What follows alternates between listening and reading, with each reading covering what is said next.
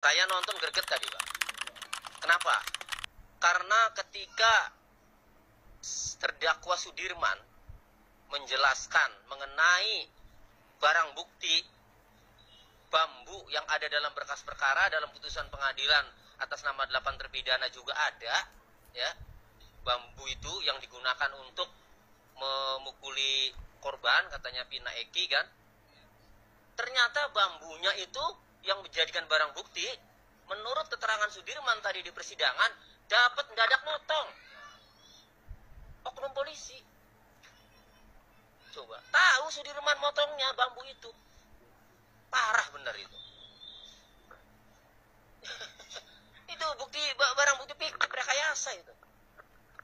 Iya, dadak motong. Sudirman tahu motongnya. Parah ini. Loh. Iya. Terungkap tadi Sudirman menjelaskan bahwa barang bukti bambu, ya, yang ada dalam berkas perkara dalam putusan pengadilan, kan, itu ternyata dadak motong, bukan bambu yang disebut-sebut oleh dalam dakwaan jaksa, ya, untuk menganiaya Pina Eki, kan. Jadi itu bambunya dadak motong, Pak, pada saat di kantor polisi, dan di depannya Sudirman lagi motongnya. Kan ini terang-terangan ini. Berarti kalau yang saat itu yang memotong bambu, yang menyediakan barang bukti, yang memotong bambu, kalau mereka para oknum-oknum unit narkoba, ya, kalau belum dilimpahkan ke penyidik, ya, kan waktu itu masih diamankan oleh Rudiana CS, berarti kan unit narkoba.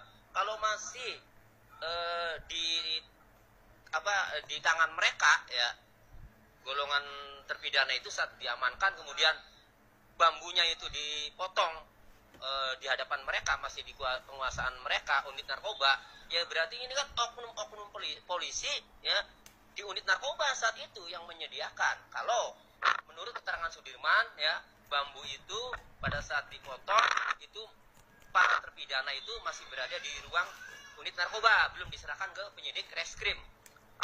Nah, tetapi sebaliknya, kalau ternyata Sudirman itu mengetahui pemotongan bambu untuk barang bukti itu, mereka para terpidana berada di ruang reskrim, ya, di unit reskrim, berarti oknum penyidik, kan gitu, yang merekayasa barang bukti itu.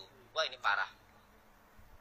Harusnya nih, ya, kalau sudah ada keterangan Sudirman seperti itu, ya, keterangan terpidana lainnya juga yang 6 itu menjelaskan dianiaya dan seterusnya, penyidik disiksa, harusnya Bapak Kapolri ini proaktif memerintahkan Kadif Propam, memerintahkan Propam, ya, untuk segera menindaklanjuti keterangan para terpidana itu harusnya, dan keterangan saksi-saksi yang menerangkan ada penyiksaan, ada rekayasa barang bukti, ya, harusnya itu sih harusnya. Jadi proaktif lah, kayak yang pembubaran diskusi forum tanah air itu kan cepet tuh, proaktif, langsung tuh kan kena semua tuh, ya, orang-orang oknum-oknum yang membubarkan diskusinya Repli Harun itu langsung tuh Bapak Kapolri langsung cepet tuh, proaktif. Saya apresiasi tuh dalam hal itu, ya, kasus pembubaran forum tanah air itu kemudian langsung diamankan pelakunya, bahkan polisi-polisi yang kedapatan dalam kamera pelukan sama para tersangka pada saat membubarkan itu diperiksa dari Polsek mana itu, kan? Dan itu diperiksa, kan keren tuh. Itu proaktif dari Propam Polri. Nah, ini yang kasus Pina. Mana ada tuh, belum melihat nih Bapak Kapolri proaktif setelah mendengar, ya, ada keterangan para terpidana mengaku disiksa, keterangan saksi juga Al Renaldi mengaku disiksa, ditambah sekarang keterangan Sudirman, barang buktinya direkayasa.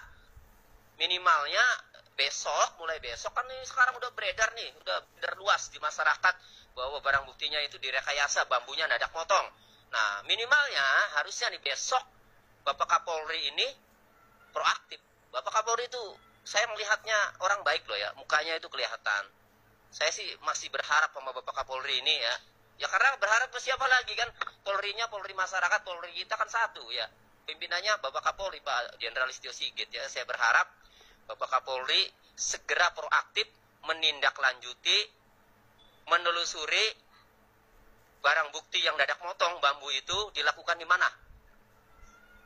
Segera periksa apakah di ruang unit narkoba sesaat setelah para terpidana diamankan, ataukah lagi dalam penyidikan oleh penyidik reskrim ya. Bambu yang di dadak motong itu, yang disediakan dadak motong itu, ini bahaya. Kenapa saya katakan bahaya?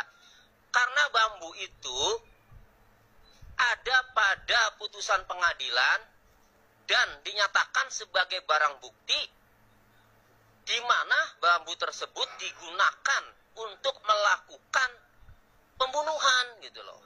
Makanya bahaya dengan barang bukti yang rekayasa. Kan itu.